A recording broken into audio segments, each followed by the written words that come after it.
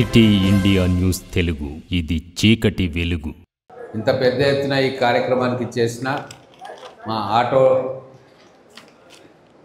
Driver సోదరులు, maxi cab నడిపే సోదరులు, ఇంకా మిగతా ప్రజా రవాణాలో బాధ్యులుగా ఉన్న వారందరూ అందరికీ నమస్కారం. అలాగే వేదిక మీద ఉన్న డిప్యూటీ ట్రాన్స్పోర్ట్ కమిషనర్ కిషన్ గారు, డిటిఓ రఘుకుమార్ గారు, ఎంవిఐ వాసుదేవరావు గారు, ఆపరేషన్ మేనేజర్ ఎన్హెచ్ఏ సంతోష్ గారు, డిఎస్పి సుదర్శన్ గారు, ముడా చైర్మన్ లక్ష్మణ్ యాదవ్ గారు, గ్రంథాలయ చైర్మన్ మల్లు నరసింహారెడ్డి గారు, ట్రాఫిక్ సిఐ భగవంత్ రెడ్డి గారు, తేజ స్వరూప్ గారు, సిరాజ్ ఖాద్రి గారు, ఇంకా వేదిక మీద ఉన్న మిత్రులు, కార్మిక సంఘాల నాయకులు, మీడియా మిత్రులు అందరికీ నమస్కారం. మన డిప్యూటీ ట్రాన్స్పోర్ట్ కమిషనర్ గారు చాలా వివరంగా మన బాధ్యతలు ఏంది, ఎట్లా నడపాలా, ఉన్న సమస్యలు ఏంది అన్నీ చెప్పింది. మన డిఎస్పి గారు సుదర్శన్ గారు కూడా అదే మాట చెప్పింది. అలాగే వారందరూ కూడా మీతో ఒక మాట చెప్తూ ఉంటారు. ఆటో డ్రైవర్లు కానీ మిగతా డ్రైవర్స్ కానీ ఎటువంటి ఇబ్బంది కూడా పోలీస్ సిబ్బందితో కానీ ట్రాన్స్పోర్ట్ సిబ్బందితో కానీ మీకు కలగకుండా చూస్తామని చెప్పి కూడా వారు చెప్పింది. అంటే మీరు నిబంధనలకు లోబడి మీరు ఉంటే వారి నుంచి మీకు ఏ ఇబ్బంది ఉండదు. నిబంధనలు అతిక్రమిస్తే, నేను అతిక్రమించినా, ఇక్కడ ఉన్న వాళ్ళు అతిక్రమించినా చట్టం తన పని తను చేసుకోకపోతుంది. ఇది మనం జాగ్రత్తగా గమనించాలి. చాలామంది ఏం చేస్తారంటే రాంగ్ రూట్లో పోతారు. చాలా నేస్తుంటే మళ్ళీ ఎవరికో ఫోన్ చేస్తారు, చాలా నేస్తున్నారు సార్, ఈ ఒక్కసారి వదిలేసారు అంటే అట్లా మనం తప్పు చేయకూడదు. ఎంత తొందరగా ఉన్నా, అర్జెంట్ ఉన్నా ట్రాఫిక్ సిగ్నల్స్ పాటించాలి, ట్రాఫిక్ రూల్స్ పాటించాలి. ఎప్పుడో ఒకప్పుడు ఫైన్ పడితేనే మనకు కూడా అరే రాంగ్ రూట్లో పోతే ఫైన్ వస్తుంది అనేది ఒక చిన్న భయం కానీ ఆలోచన కానీ ఉంటుంది. కాబట్టి దయచేసి మా మిత్రులందరినీ కూడా నేను కోరుతా ఉన్నా. మహబూబ్నగర్ పట్టణంలో ట్రాఫిక్ విపరీతంగా పెరుగుతూ ఉంది, జనాభా పెరిగింది. కాబట్టి మనం డిసిప్లిన్గా ఉంటాం. కొద్దిగా మన పార్కింగ్ విషయంలో కానీ, ఓవర్టేకింగ్ విషయంలో కానీ, ఎంతమంది లోడ్ తీసుకుంటున్నామన్న విషయంలో కానీ, ఫ్రంట్ సీట్ మీద ప్యాసింజర్లను కూర్చోబెట్టే దాంట్లో కానీ, అలాగే సెల్ ఫోన్ వాడుతూ డ్రైవింగ్ చేసే పద్ధతి కానీ, ఇవన్నీ కూడా మనం రూల్స్ను అతిక్రమించదు. దయచేసి ఇది మీరు గుర్తుపెట్టుకోండి. ప్రతి సంవత్సరం జరిగే కార్యక్రమమే ఇది. అయినా సరే చెప్పాల్సిన బాధ్యత మాది. విని పాటిస్తే మీ అందరికీ లాభం అవుతుంది.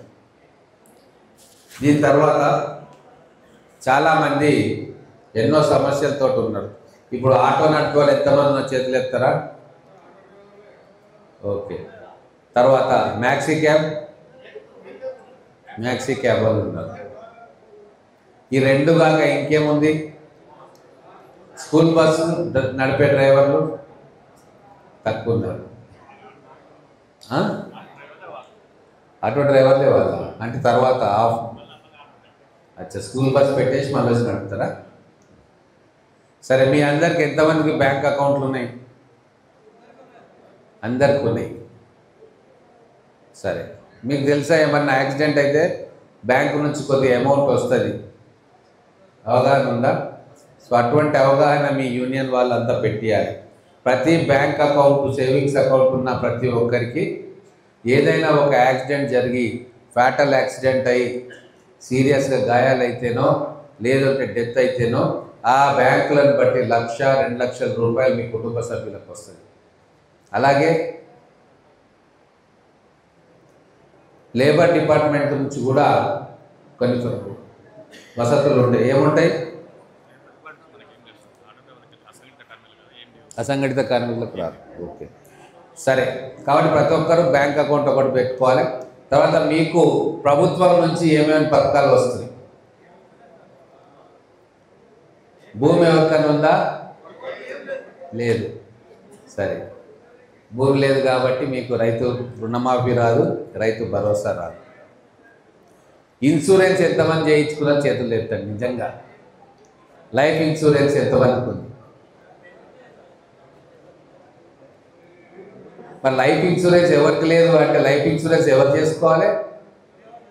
ఎవరికి వాళ్ళు చేసుకోవాలి. మన ప్రాణానికి మనమే భద్రత, మన కుటుంబ సభ్యుల గురించి మనమే ఆలోచన చేయాలి.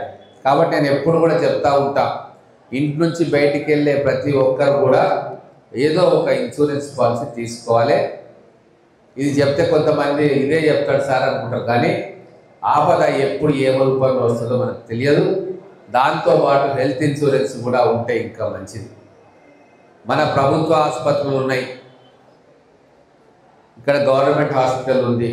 కొన్ని సందర్భాల్లో హాస్పిటల్లో మీకు ట్రీట్మెంట్ ఇమ్మీడియట్గా దొరకదు. అటువంటి అప్పుడు ప్రైవేట్ హాస్పిటల్స్ కూడా పోవాల్సి వస్తుంది.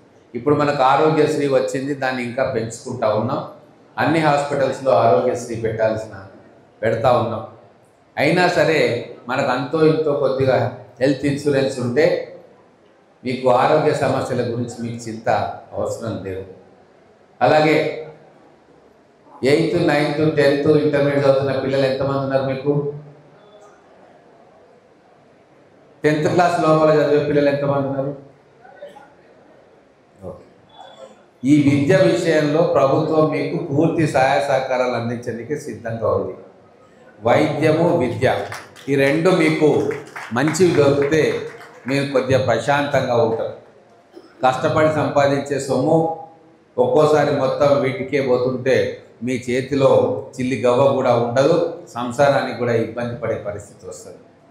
దయచేసి నేను చెప్పేది తప్పుగా అనుకోకండి. మనం అందరం కూడా టౌన్లో ఉన్నాం. టౌన్లో చాలామంది ఆటో డ్రైవర్లు దినసరి నాకు తెలిసి ఒక 500 నుంచి 1500 దాకా సంపాదిస్తారు. 300, 400 అంటే 500 లోపల. Okay okay okay okay okay సరే సరే సరే సరే విను విను విను విను నేను చెప్పేది వేరు. 500 రూపాయలే సంపాదిస్తారు అంటే నెలకు ఎంత అయింది?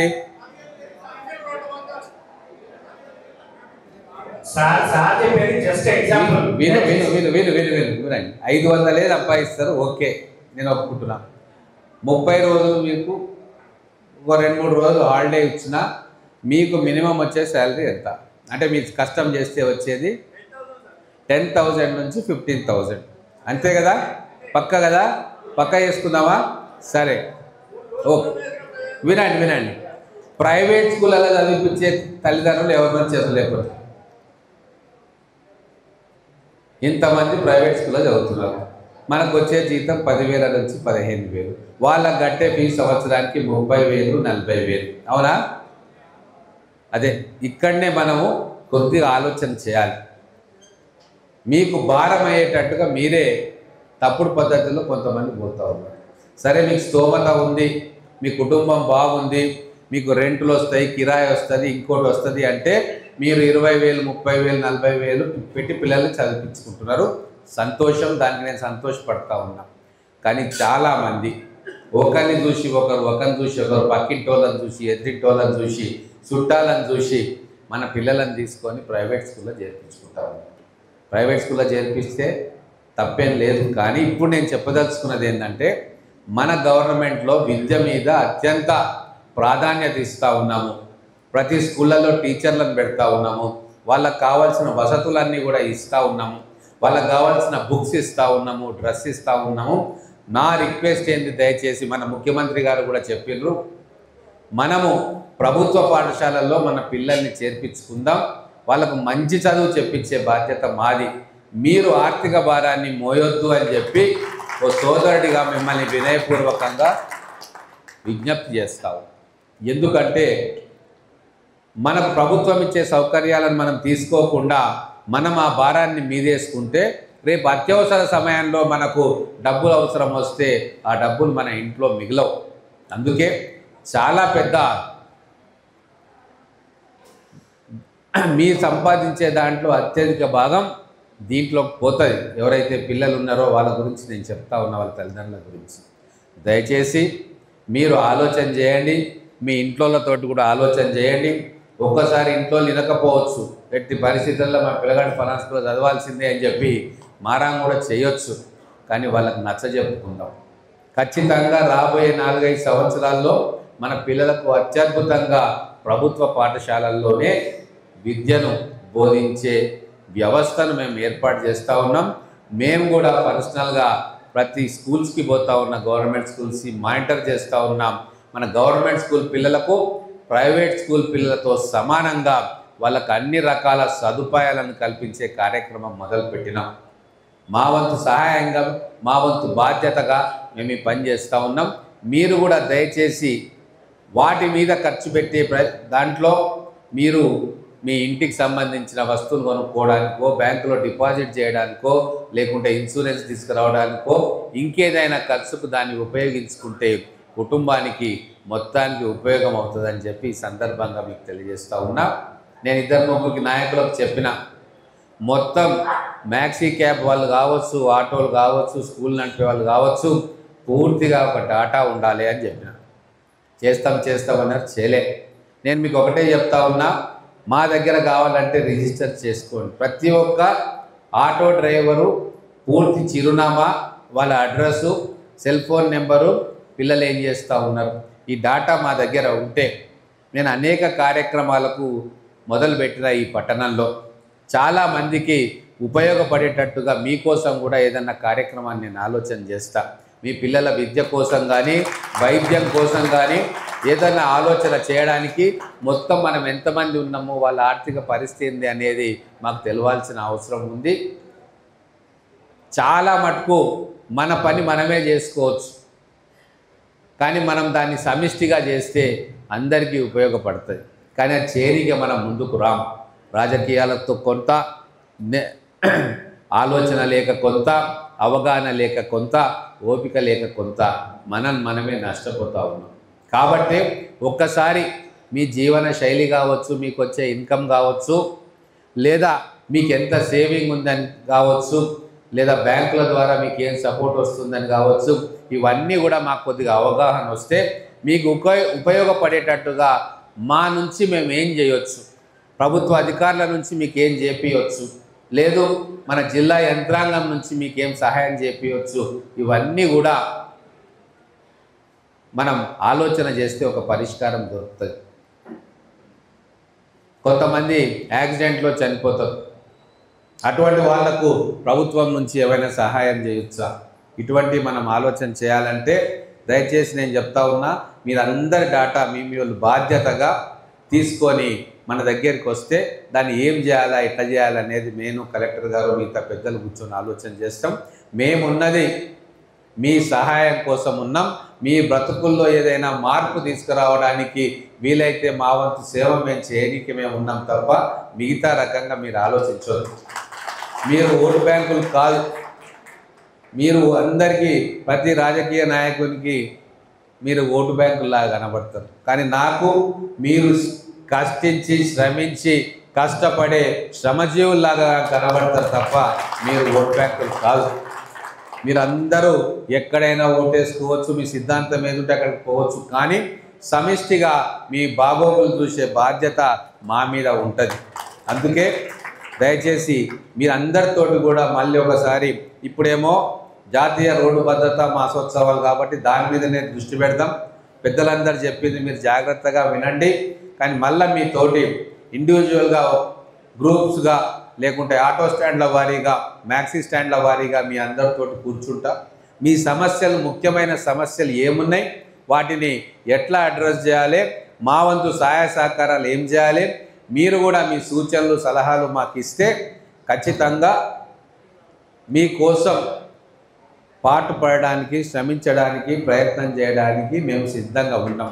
ఏదైనా పెద్ద ఇష్యూస్ ఉండి ముఖ్యమంత్రి గారికి, ట్రాన్స్పోర్ట్ మినిస్టర్ గారికి ఏమైనా చెప్పే ఉంటే వాటిని కూడా నేను మీ దగ్గర నుంచి ఆ సమస్యలు తెలుసుకొని మా రవాణా శాఖ మంత్రి గారికి, గౌరవ ముఖ్యమంత్రి గారికి కూడా మీ తరఫున వాళ్లకు చెప్పే ప్రయత్నం చేసి చేయాల్సినవన్నీ కూడా చేయడానికి వాళ్ళని ఒప్పించే ప్రయత్నం చేస్తా. కాబట్టి నేను ఒకటే కోరుకుంటున్నా, వార్డు వైజ్గా మన ఆటో డ్రైవర్లు కావచ్చు, మ్యాక్సీ క్యాబ్ డ్రైవర్లు కావచ్చు, ఎవరెవరు ఎక్కడెక్కడ ఉంటున్నారు, ఎంతమంది ఉంటున్నారు, వాళ్ళ పిల్లలు ఏంది, చదువుకుంటున్నారా లేదా సెటిల్ అయినరా, వేరే ఊర్లో ఉంటున్నారా, ఎవరైనా ఆరోగ్య సమస్యలతో బాధపడుతున్నారా, ఇటువంటి డాటా మనకు వస్తే మనం కూర్చొని సమిష్టిగా భవిష్యత్తులో ఏం చేయొచ్చు అని చెప్పి ఒక ఆలోచన చేద్దాం. మన అందరం కలుసుకుంటే గొప్ప కార్యక్రమాలు చేయవచ్చు. కానీ దురదృష్టవశాత్తు మనం సమిష్టిగా ఒకరి మీద ఒకరికి పంచాయతీ ఉంటుంది. ఒక్క స్టాండ్లోనే 2 గ్రూపులు 3 గ్రూపులు, నేను సీటు అని ఒకడు అంటాడు, నేను ఐఎన్టీయూసీ అంటాడు, ఇంకోటి అంటాడు. అవన్నీ వండుకోగాక. కానీ మీరందరూ కూడా ఆటో డ్రైవర్ల మనము అనేది అందరూ గుర్తించాలి. డ్రైవర్లతో సహా, ఇక్కడ రుసుల నాయకులతో సహా, వీళ్ళ కోసం మనం సమిష్టిగా ఏం చేయొచ్చు అనే ఆలోచన చేస్తే 3-4 సంవత్సరాల్లో ఖచ్చితంగా మీ ఆరోగ్యం విషయంలో, వైద్యం విషయంలో, మిగతా విషయంలో మంచి పురోగతి, ముందడుగు వేయగలుగుతామన్న నమ్మకం మాకుంది. మీ పిల్లలకి ఒక్కోసారి ట్రైనింగ్ ఇవ్వాల్సి వస్తుంది. మీ ఇంట్లో మీ శ్రీమతే టాలెంటెడ్ అమ్మాయి ఉంటుంది, కానీ ఏం చేయాలో తెలియదు, వాళ్ళకి ఏం ట్రైనింగ్ ఇప్పించాలో తెలియదు. వీటన్నిటిని కూడా మనం కూర్చొని ఆలోచిస్తే ఒకరికొకరు తోడవుతాం. ఎప్పుడు కూడా గుర్తుపెట్టుకోండి, పిల్లలు కావచ్చు, కుటుంబం కావచ్చు, ఒక్కరి సంపాదనతోటి ఇల్లు జరిగే పరిస్థితి లేదు. ఒప్పుకుంటారా? మీరు ఎంత కష్టపడ్డా పొద్దున 6 గంటల నుంచి సాయంత్రం రాత్రి 12 గంటలకు కష్టపడి సంపాదించినా ఇంకా ఖర్చులు మీకు చాలకుండా ఖర్చులు పెరుగుతూ ఉన్నాయి. కాబట్టి ఒకరికి 2 తోడైతే కొద్దిగా మీకు మేలు జరుగుతుంది. అటువంటి అవకాశాలు ఏమైనా ప్రభుత్వం నుంచి మా నుంచి మీకు ఏమైనా ఇవ్వగలుగుతామా? లేదు, మీ పిల్లల టాలెంట్ ఉంది, ఒక అమ్మాయికి కానీ అబ్బాయికి కానీ మంచిగా చదవాలనుకుంటున్నారు, మీకు తెలియదు ఎక్కడ చదివించాలి, ఏం చదివించాలి, అక్కడ మేము కానీ మా జిల్లా యంత్రాంగం కానీ మీకు ఆసరాగా ఉండి సహాయం చేస్తాం. అందుకే డాటా ఖచ్చితంగా ఉండాలంటున్నాం. మేము మా ఆర్టీఓలకు కావచ్చు, మా టీటీసీ గారికి కావచ్చు, మిగతా ఎంబీఐలకు కావచ్చు ఒకటే రిక్వెస్ట్ చేస్తూ ఉన్నాం, కంప్లీట్ డాటా ప్రొఫైల్ తయారు చేయడానికి మీ వంతు సహాయ సహకారాలు ఇవ్వండి. మా ట్రాఫిక్ సిఐ గారిని కూడా అడుగుతూ ఉన్నాం. వార్డు వైజ్గా ప్రొఫైల్ తయారు చేసుకుంటే చాలా వరకు మీకు సేవ చేయడానికే అవకాశం వస్తుంది. చాలామందికి తెలియదు కూడా ఒక్కోసారి, ఎక్కడ పోవాలి, ఎవరిని అడగాలి, ఏం చేయాలి. అటువంటి సమయంలో కూడా మనం వాళ్ళకు ఏదో రకంగా చేయూతనిచ్చే అవకాశం ఉంటుంది. ఈ జాగ్రత్తగా ఆలోచన చేయండి. నాకు ఏవో దీని నుంచి మీ అందరినీ జమ చేసుకొని మాయమాటలు చెప్పి మళ్ళీ నాకేదో ఓటు ఉద్దేశం అసలే లేదు. మీరు ఎవరు కన్నేసుకోరు, ఏమైనా చేసుకోరు, అది వేరు విషయం. కానీ మీరు కష్టపడుతున్నారు, నాకు ఇంత ఆలోచన ఉంది, నా ఆలోచనతోటి మీకు ఏదైనా సాయం జరిగితే, ప్రభుత్వం నుంచి మీకు ఏమైనా ఎక్స్ట్రా సాయం వస్తే అదే చాలు అనుకుంటా నేను.